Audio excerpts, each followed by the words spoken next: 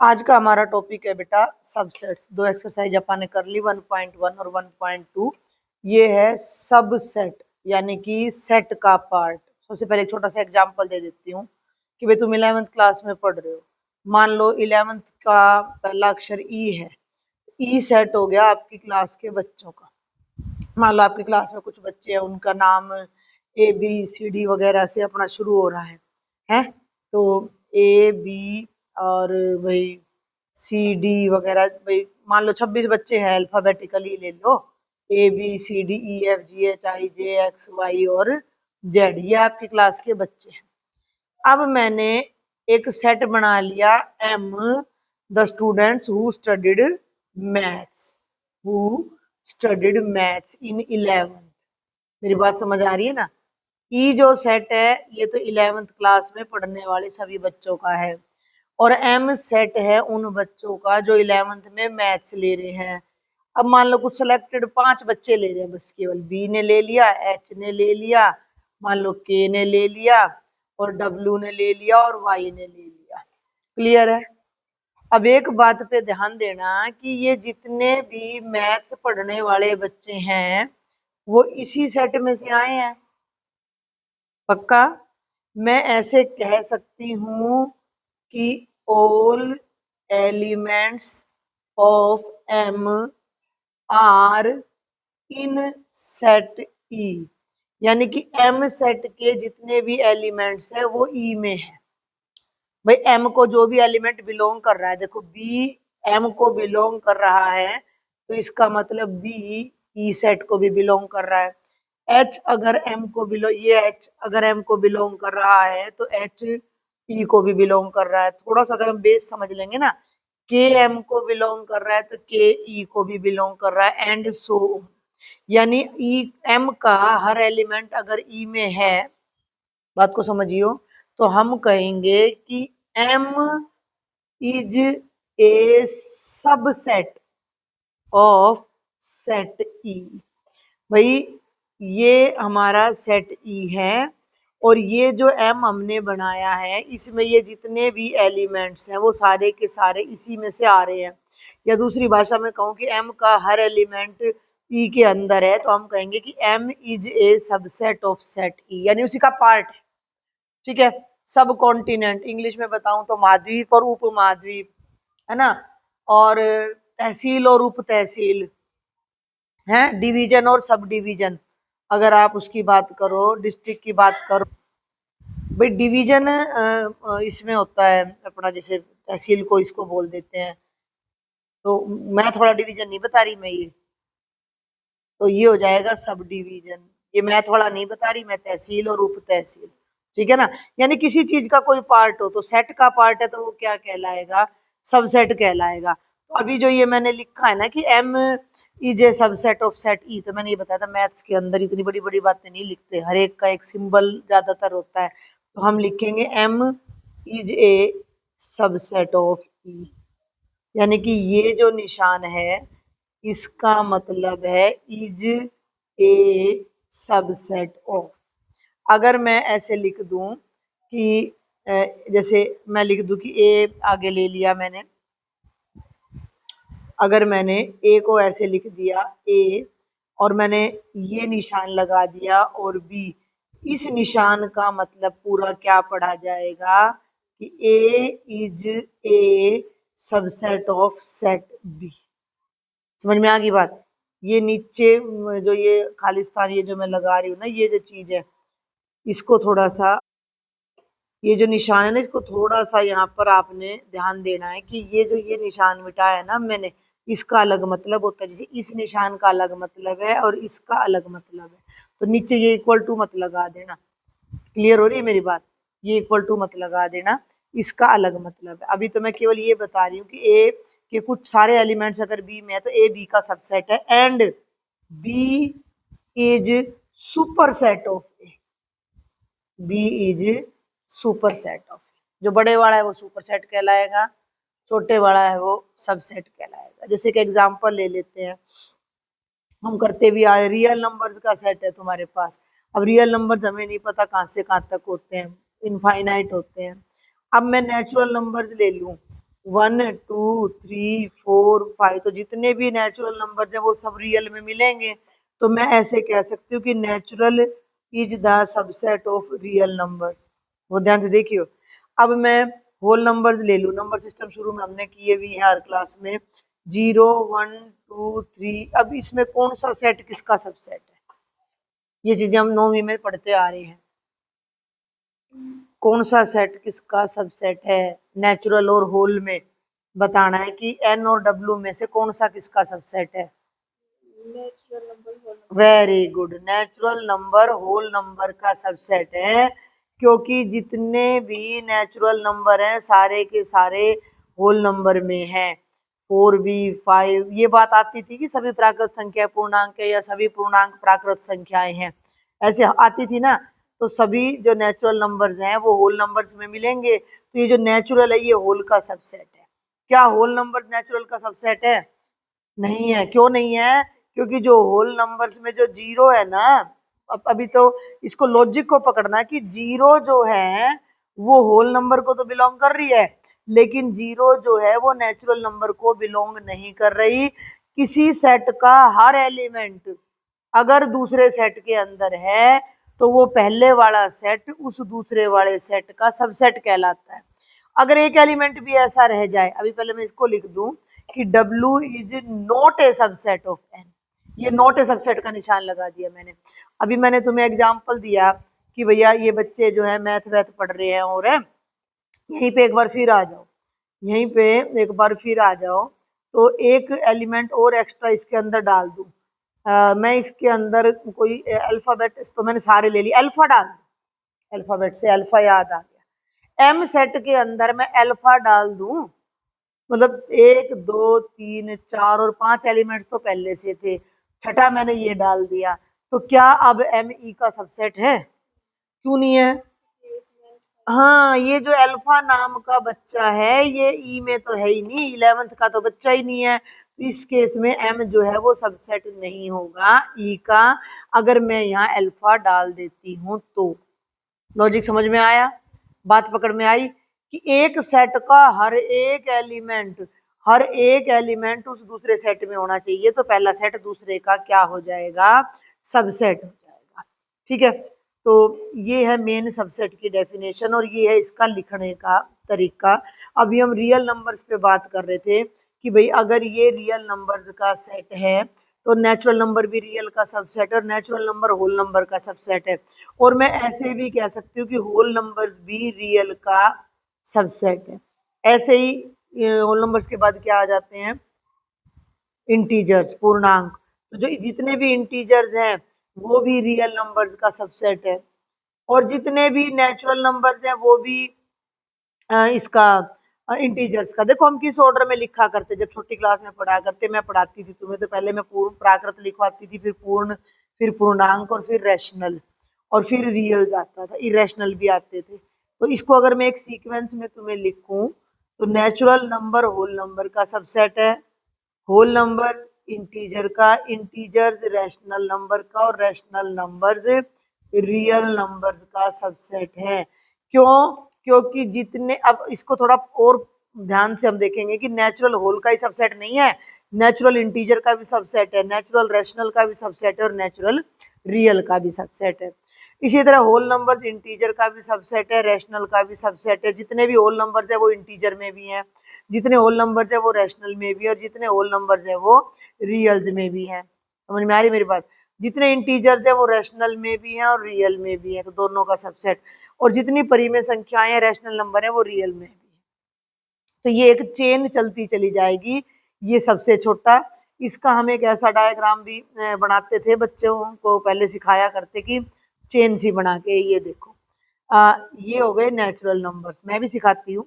और इसमें जीरो मिला दिया तो ये हो गए होल नंबर्स, इसमें नेगेटिव्स और मिला दिए तो ये हो गए इंटीजर्स, इसमें बटे वाले नंबर और मिला दिए तो ये रैशनल्स, और यहाँ आ जाते हैं इरेशनल्स, और इन सबको मिला के ये बन जाता है रियल नंबर्स। अभी ये वेन डायग्राम भी आएंगे जिससे हम सेट को पढ़ेंगे, बहुत आसान हो जाएगा।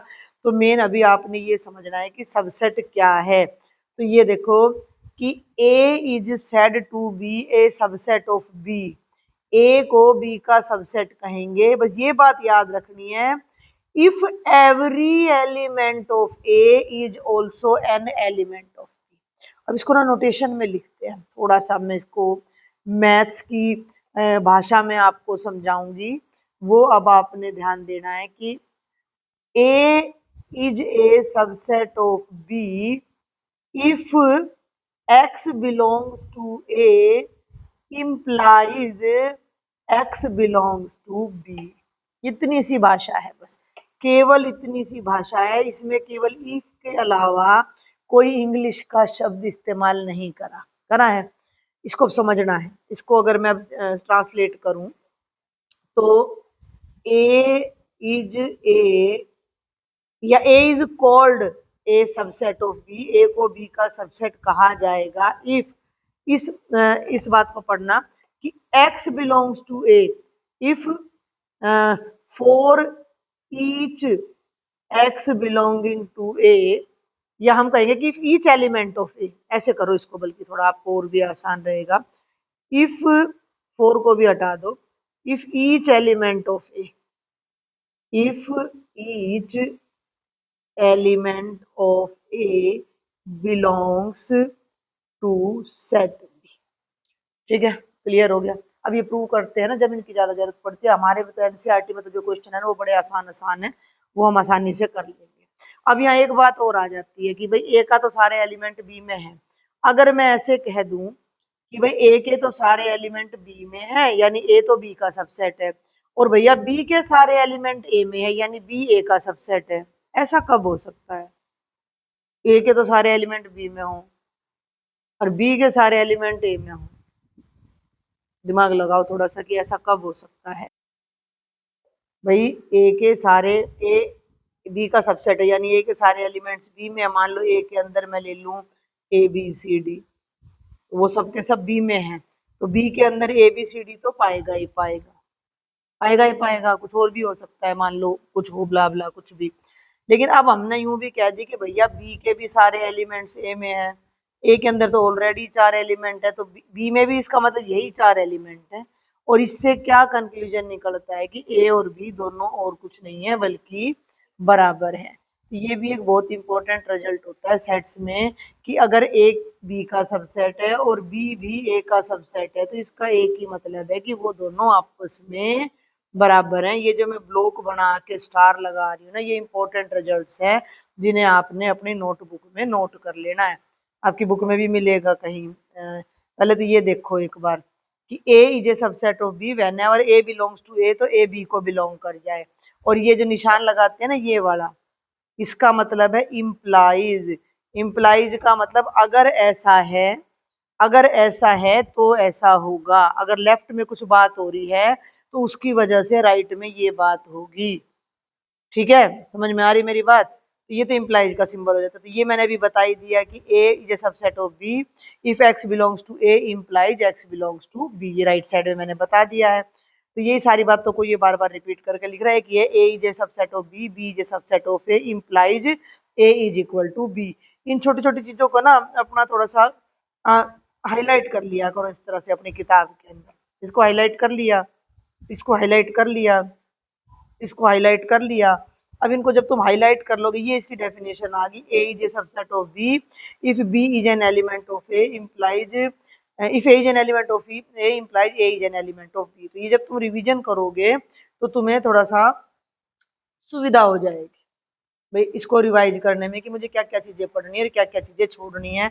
और ये जो सिंबल भी दे रखा है, the symbol stands for is a subset of या कंटेंट इन, ये इसका सब वो हो गया, सिंबल हो गया। तो इस तरह से इनको मार्क कर लिया करो। अब यहाँ बड़ी मजेदार सी 2-3 बातें आएंगी। वो बातें क्या आएंगी कि क्या ए का सबसेट है? क्या ए का सबसेट है? अभी मैंने क्या बताया कि अगर एक सेट के पहले सेट के सारे एलिमेंट्स, अगर पहले सेट के सारे एलिमेंट्स दूसरे में आ जाएं, या इसका कोई भी ऐसा एलिमेंट ना हो जो बी में ना हो, तो ए बी का सबसेट हो जाएगा। अब मैं पूछ रही हूँ कि क्या ए का सबसेट है? बिल्कुल है, क्योंकि ए के सारे एलिमेंट्स ए में ही तो हैं। तो यस, ये ध्यान रखना कि हर सेट अपना खुद का भी सबसेट होता है। और एक बहुत मजेदार बात और सिखाऊंगी अब, या तुम कहोगे भी ऐसे कैसे, कि क्या एम्प्टी सेट ए का सबसेट है? क्या empty set is phi subset of A? क्या एम्प्टी सेट ए का सबसेट है? लगाओ दिमाग भाई। एम्प्टी का मतलब, एम्प्टी सेट का मतलब है खाली, उसमें कोई एलिमेंट ना हो। अब मेरी बात को ध्यान से सुनना। मैंने तुझे क्या बताया कि ए अगर बी का सबसेट है तो ए का हर एलिमेंट बी में होना चाहिए। मेरी बात को ध्यान से पकड़ियो कि each element of A belongs to B, ये बात है। इस बात को मैं ऐसे भी कह सकती हूँ, ध्यान से सुनियो, कि ए में ऐसा कोई एलिमेंट ना हो जो बी में ना हो, है भाई। जैसे ए में मैंने ले लिया 1 2 3, और एक्स वाई भी ले सकती थी मैं। बी में मैंने ले लिया 1 2 3 4 5 6 7। क्या ए बी का सबसेट है? ए का हर एलिमेंट है भाई, 1 भी यहाँ है, 2 भी यहाँ है, ए बी में से तो बन के आ रहा है। तो भाई ए का हर एलिमेंट बी में है, यानी ए में ऐसा, मैं हिंदी में अगर लिखूं, ए में ऐसा कोई एलिमेंट ना हो, या ए में ऐसा कोई एलिमेंट नहीं है जो बी में नहीं है। कई बार ना किसी चीज को समझने के लिए नहीं का प्रयोग करते हैं। किसका? देखो, एक तरफ तो मैंने कह दिया कि ए का हर एलिमेंट बी में हो, या मैं ऐसे कह दूं कि ए का कोई भी एलिमेंट ऐसा नहीं होना चाहिए जो बी में नहीं है। टीचर ने ये कह दिया कि सब बच्चों ने फीस लानी है, सब बच्चे फीस ले आए, हाँ जी ले आए। तो टीचर ऐसे भी कह देता है कोई ऐसा बच्चा ना हो, कोई ऐसा बच्चा ना हो जिसकी फीस ना आई हो। सुनिए ये बात कभी, जिसकी फीस ना आई हो, या कोई ऐसा बच्चा ना हो जिसके कागज ना आए हो। वही बात है, या हर बच्चे की फीस आई हो। दोनों बातों का एक ही मतलब है, हर बच्चे की फीस आई हो, या कोई भी बच्चा ऐसा ना हो जिसकी फीस ना आई हो। दो बार ना लगाने का मतलब हाँ हो जाता है, नेगेटिव नेगेटिव पॉजिटिव हो जाता है। अब मेरी बात ध्यान से सुनियो, कि अगर मुझे ये प्रूव करना है कि भाई ए बी का सबसेट है, तो पहला तरीका तो ये है कि ए के सारे एलिमेंट्स मैं देखूंगी बी के अंदर आ रहे हैं कि नहीं आ रहे। ये रहा, यहाँ ए के तीनों एलिमेंट्स बी में है, तो ए बी का सबसेट है। दूसरा तरीका क्या है कि ए में ऐसा कोई एलिमेंट नहीं होना चाहिए जो बी में ना हो। अब मेरी बात ध्यान से सुनिए, एमपीटी पे आ जाए। अब ये एमपीटी सेट है, इसके अंदर ऐसा कोई एलिमेंट नहीं है जो ए के अंदर नहीं है, क्योंकि ये तो खुद ही अपने आप बेचारा खाली पड़ा है, खाली है। इसके अंदर ऐसा कोई एलिमेंट नहीं है जो ए के अंदर नहीं है, यानी हम इसको ए का सबसेट कह सकते हैं। क्लियर हो रही है मेरी बात? तो एम्प्टी सेट जो हमेशा होता है वो हर एक सेट का सबसेट होता है। हर सेट अपना खुद का भी सबसेट होता है, और एम्प्टी सेट भी हर सेट का सबसेट होता है। इन दोनों बातों को तूने स्पेशल अपना ध्यान में रखना है कि एक सेट के दो सबसेट तो जरूर होंगे, एक सेट के दो सबसेट जरूर होंगे। इसको मैं एक बार फिर यहाँ पर लास्ट में कंक्लूड कर देती हूँ। तो इस सारी बात को मैं यहाँ एक बार फिर से लिख देती हूँ, और स्पेशल अपना ध्यान रखना है कि अगर हम कोई भी सेट, एक ही जगह मैं एक्स भी ले सकती हूँ, एक्स हमेशा एक्स का सबसेट होगा, पहली बात। और जो एम्प्टी सेट है वो भी हर सेट का क्या होगा? सबसेट, क्योंकि एक्स का हर एलिमेंट एक्स में है, और एम्प्टी सेट में ऐसा कोई एलिमेंट है ही नहीं जो इसके अंदर ना हो। इसका मतलब हम इसको भी इसका सबसेट कह सकते हैं। ठीक है, अब इस पे ना एक दो छोटे से, मैं एक दो पहले छोटे छोटे एग्जांपल्स बताऊंगी, छोटा सा, कि मान लो मैं तेरे को कह दूं कि राइट, एक अपनी तरफ से करा रही हूं मैं ये, all subsets of set X is equal to 1, 2। अब इसका आसान तरीका, जो तो फाई वाली बात कर रही है ना, कि भाई फाई पे मान लो कई बच्चों को डाउट रहता है कि फाई सबसेट कैसे है। मैंने समझाने की कोशिश की है तेरे को कि भाई दो बातें होती है कि किसी सेट का हर एलिमेंट दूसरे सेट में हो, तो सबसेट होता है, या किसी सेट में ऐसा कोई भी एलिमेंट नहीं होना चाहिए जो दूसरे में ना हो, है ना। जैसे एक एग्जांपल और थोड़ा सा बताऊं कि मान लो ए मैंने ले लिया 1 2 और 3, और बी मैंने ले लिया 1 2 4 और 6, तो इसका 1 इसमें हो गया, इसका 2 इसमें हो गया, लेकिन 3 एक ऐसा एलिमेंट हो गया जो बी में नहीं है, तो मैं इसको मैं बी का सबसेट नहीं कह सकती। तो इस सेट बी को मैं ए का सबसेट नहीं कह सकती। क्लियर हो गया। अब तुझे जो क्वेश्चन मिलेंगे ना तुम लोगों को, ये मिलेंगे कि भैया कोई सेट दे दिया, कई टाइप के मिलेंगे, पहले मैं एक टाइप का क्वेश्चन बता रही हूँ कि right all subsets of set x. ये सबसे आसान पड़ता है। कोई भी सेट आपको दे दिया और उसके सारे सबसेट्स बनाने हैं। एक सिंपल सा एग्जांपल ध्यान कर ले कि ये सेट में 2 एलिमेंट्स हैं। तुम ऐसे मान के चलो कि एक घर में 2 बच्चे हैं, 2 चिल्ड्रन हैं, और उनकी मम्मी ने कहीं मार्केट में जाना है। अब मम्मी के पास क्या क्या चॉइस है उन बच्चों को ले जाने के लिए, मम्मी कैसे कैसे किस किस को ले जाए या ना ले जाए, तो है कुछ आइडिया है भाई? भाई 2 बच्चे हैं, एक राम है और एक श्याम है, तो क्या करेगी मम्मी बाजार में जाते टाइम? नहीं, फिर एक को भी तो ले जा सकती। भाई मम्मी किसी को भी ना ले जाए यानी खाली चली जाए तो एम्प्टी सेट। मम्मी का मन करे तो राम को ले जाए यानी 1 को ले जाएगी, 2 को छोड़ देगी, भाई तू घर का ध्यान कर ले, या 2 को ले जाएगी 1 को नहीं ले जाएगी, या फिर दोनों को ले जाएगी। तो ये हमारे 4 सबसे, इसके अलावा कोई बात बनेगी ही नहीं। अभी ऊपर मैंने क्या बताया था कि पहले चेक करना है कि ए के सारे एलिमेंट बी में है तो ए बी का सबसेट है। अब यहाँ सेट ही दे दिया और सबसेट तुमने खुद बनाने हैं। कितने सबसेट बनेंगे? तो या तो ये बनेगा सबसेट, भाई कोई ना जाए, कोई भी एलिमेंट मत उठाओ, एक एलिमेंट जितने हो उसके एक एक वाले उठाओ और 2 2 वाले, तो ये इस सेट के सारे पॉसिबल सबसेट्स यहाँ बन जाएंगे। ये चीज हम अभी बाद में देखेंगे। यहाँ पर कुछ एक आपके एग्जाम्पल्स वगैरह रह जाते हैं तो वो मैं जल्दी से बता देती हूँ। ये रहा, ये सब मैं करवा चुकी हूँ वैसे तो, कि क्या कह रहा है ये कि the set Q of all rational numbers is A subset of R. Q जो है वो आर का सबसेट है, यानी अभी करवा दिया मैंने। A is set of all divisors of 56 and B is all prime divisors of 56। इसको समझना भाई। ए का मतलब है यहाँ पर कि 56 के सारे डिवाइजर यानी जो 56 को भाग करते हैं। एग्जाम्पल ले रही हूँ मैं यहाँ एक बार कि ए का मतलब है जो 56 को 56 को भाग करे, तो 1 से भी हो जाएगा, 2 से भी, 3 से नहीं होगा, 4 से हो जाता है 14 चौकू 56, 5 6 से नहीं होता, 7 से नहीं होता, 8 से हो जाता है 56। ठीक है, 8 7 56, 14 चौके 56 और भैया 28 और ये आ जाएंगे। और बी का मतलब है कि 56 के प्राइम डिवीजर वो अभाज्य संख्या है जो 56 को भाग करती है, तो 2 और 7। क्या बी ए का सबसेट है? और ए बी का सबसेट है? ए बी का सबसेट नहीं है, क्योंकि ए में तो बहुत ज्यादा एलिमेंट्स। आगे आ जाओ। ए का मतलब है 135 और बी का मतलब है X is an odd natural number less than 6। 6 से छोटे ओड नंबर कौन कौन से होते हैं? 1 3 और 5।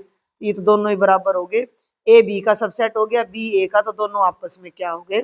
बराबर हो गए। अब ये देखो, ए के अंदर ए ई आई ओ यू है, बी के अंदर ए बी सी डी है, तो ए बी का सबसेट नहीं है, क्योंकि ए तो यहाँ मिल गया पर ई ए में है। देखो इसको कैसे लिखोगे कि ई जो है वो ए को तो बिलोंग कर रहा है, लेकिन ई जो है वो बी को बिलोंग नहीं कर रहा, तो जो ए है वो बी का सबसेट नहीं है, तो यहाँ ए बी का सबसेट नहीं है।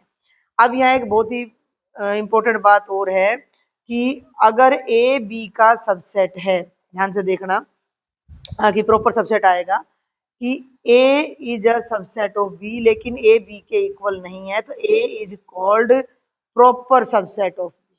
क्या कहलाएगा? Proper subset. ए बी का क्या कहलाएगा? प्रॉपर सबसेट कहलाएगा। प्रॉपर माने मतलब बिल्कुल एग्जैक्ट, भाई कोई उसमें बराबरी वाली बात नहीं। ये मैंने हाईलाइट कर दिए यहाँ सारी बातें, इसको मैं यहाँ लिख भी देती हूँ। एक बार मैं थोड़ा सा आपको शुरू में बोर लग सकती हैं ये चीजें, क्योंकि थोड़ी थोड़ी डेफिनेशन साथ साथ बतानी जरूरी है, फिर ये जहां जहां यूज होती जाएंगी वहां मैं इनको बार बार रिपीट करूंगी तो अपने आप याद हो जाएंगी।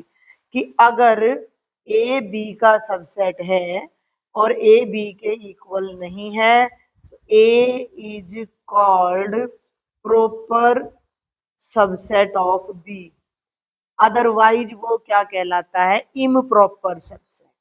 कौन सा कहलाता है, इम्प्रॉपर। तो दो इम्प्रॉपर सबसेट अभी भी मैंने बताए हैं, एक सेट खुद अपना सबसेट होता है और 5 भी उसका सबसेट होता है।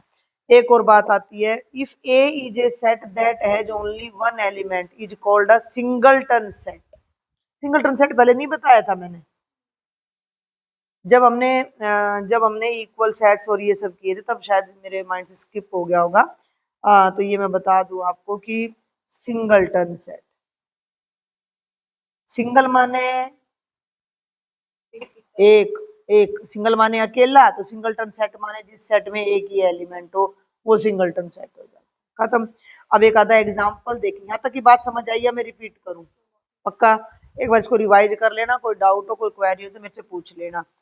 ये है देखो, कंसीडर द सेट्स, ये दे रखा है 5, ए दे रखा है 1,3, बी दे रखा है 1,5,9 और सी दे रखा है 1,3,5,7,9 और ये फिलअप्स है 5-बी। बताओ क्या लगाऊं इसमें मैं, 5 बिलोंग्स टू बी, 5 बिलोंग कर रहा है सबसेट, यस। एक मिनट इनको उतार लेते हैं पहले, ए बी और तीसरा है ए सी और चौथा है बी सी। अब इसने क्या कहा है कि इनमें सबसेट और नॉट ए सबसेट का सिंबल भरना है, तो 5 बी का सबसेट है या नहीं है? बिल्कुल है, अभी हमने समझा है। ए बी का सबसेट है या नहीं है? क्यों नहीं है? ए की टर्म मैच कर रही है, ए में जो 3 है वो बी में नहीं है, तो A is not a subset of B. बार बार बोला करो, जब हम इन चीजों को बोलते हैं ना तो हमारी और भी ज्यादा प्रैक्टिस होती है। नई चीज को सीखने का यही तरीका, बोल लो, है ना। कोई कहते इंग्लिश बोलनी है, इंग्लिश सीखनी है तो उसको बोल लो, चाहे गलत बोल लो, तुमने भी बोलना है, भर के नहीं रह जाना है। ए सी का सबसेट है या नहीं? ए सी का सबसेट है, क्योंकि ए में 1 है तो इसमें 1 ए में है तो सी में भी है, 1 3 में है तो सी में भी है, तो yes it is A subset. B C का सबसेट है या नहीं है? बी में भी 3 एलिमेंट है, 1 5 9, तो ये 1 हो गया, ये 5 हो गया और ये 9 हो गया, तो ये भी इसका सबसेट हो गया। आसान है ये, ठीक है। एक और एग्जाम्पल देखते हैं, एग्जाम्पल नंबर 10 देख लेते हैं।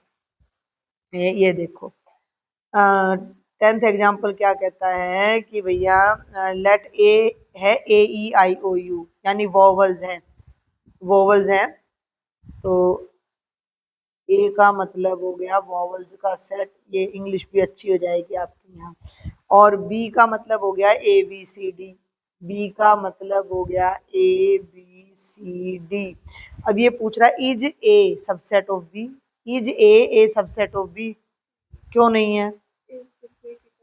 ए की टर्म मैच कर रही है, बल्कि ए बी से बड़ा है, बड़े वाला सबसेट नहीं हो सकता, ज्यादा से ज्यादा बराबर हो सकता है। तो क्लियर है कि A is not a subset of B. कारण भी दे सकते हो कि ई, एक एलिमेंट पकड़ लो, मान लो ई है, ई ए को तो बिलोंग कर रहा है, लेकिन जो ई नाम का एलिमेंट है वो बी को बिलोंग नहीं कर रहा। E belongs to A but e does not belong to B, ठीक है। एक एलिमेंट भी ऐसा मिल गया जो पहले में है और दूसरे में नहीं है। अब ये कह रहा है नो भाई, अगर नहीं है तो क्यों नहीं है, तो वो मैंने कारण लिख दिया, क्योंकि ई ए को बिलोंग कर रहा है लेकिन ई बी को बिलोंग नहीं कर रहा। आगे पूछ रहा है is B a subset of A, B है ए का सबसेट? बी भी नहीं है, बी भी नहीं है, also B is not a subset of A. B में से क्या मैच नहीं कर रहा? बी भी मैच नहीं कर रहा, ये सी था, यहाँ मैंने ई बना रखा है।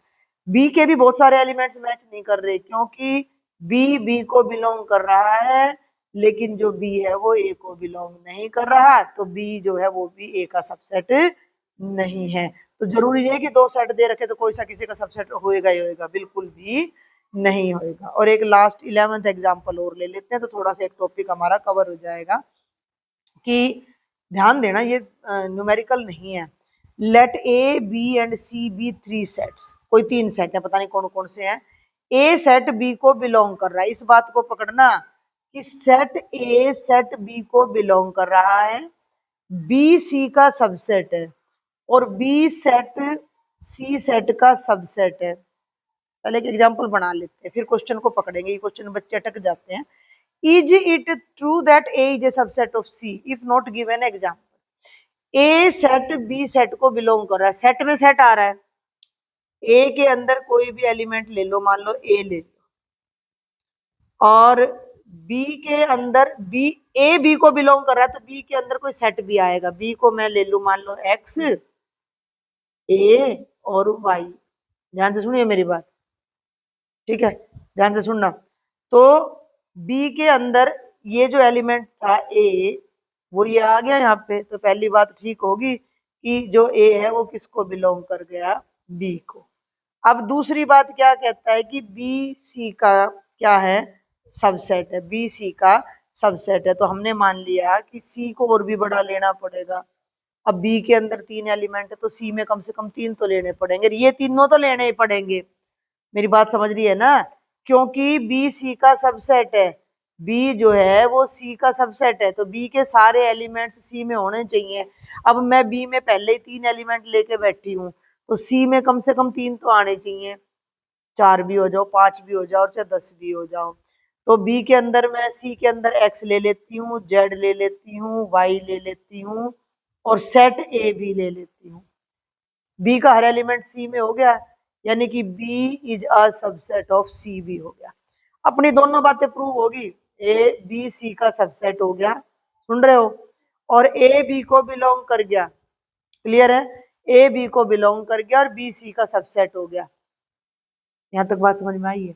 ये कह रहा है कि ए ने बी को बिलोंग करना है और ए सेट है, तो जो ये ए नाम का जो सेट था वो बी को बिलोंग कर गया। वो खुद, इसको मैं ऐसे भी लिख सकती थी ना, X comma Y comma set A, ऐसे भी लिख सकती हूँ। ये देखो, इसको, इस बी को अगर मैं ऐसे लिख दूं, एक्स कोमा ए कोमा वाई, भाई सेट का नाम ए ही तो है, इस सेट का नाम ए ही तो है, तो बी को ए बिलोंग कर गया। तो हमारी ये बात सही हो गई कि ए बी को बिलोंग कर रहा है। और बी सी का सबसेट दिखाना था, तो बी के अंदर 3 एलिमेंट्स थे, 1 2 और 3, और वो तीनों यहाँ आ गए, 1 2 और 3, तो बी सी का सबसेट हो गया। अपनी दोनों बातें ठीक होगी। अब ये कह रहा है कि is it true that A is A subset of C. क्या ए सी का सबसेट भी है? बहुत ध्यान से देखना। अब ए तो खुद ही एक सेट है, अगर ए सी का सबसेट है तो ये जो ए एलिमेंट है वो यहाँ पे होना चाहिए था अलग से, तभी तो सबसेट बनता। लेकिन जो ये ए एलिमेंट है वो सी को बिलोंग नहीं कर रहा, ठीक है। तो यहाँ आप लिखोगे कि no, A is not a subset of C, क्योंकि ए के अंदर जो, भाई ये एक बच्चा लगा लो, कोई एलिमेंट लगा लो, ये एलिमेंट सी में तो नहीं है। भाई सबसेट कब बनेगा, ए सी का सबसेट कब बनेगा, जब ए का हर एलिमेंट सी में हो। अब ए के अंदर एलिमेंट ही एक है, ए, और वो सी में नहीं है। सी के अंदर ए कहीं भी नहीं है, सी के अंदर जो ये है ये सेट ए है, एलिमेंट ए नहीं है। ए को बिलोंग कर रहा है, बट लिखो इसको, बट ए जो है वो सी को बिलोंग नहीं कर रहा। तो ये जो बात है ये फॉल्स है। इन्होंने भी एक एग्जांपल ले रखा है, एक एग्जांपल मैंने ले दिया, तो इन तीनों को थोड़ा समझने की कोशिश करनी है।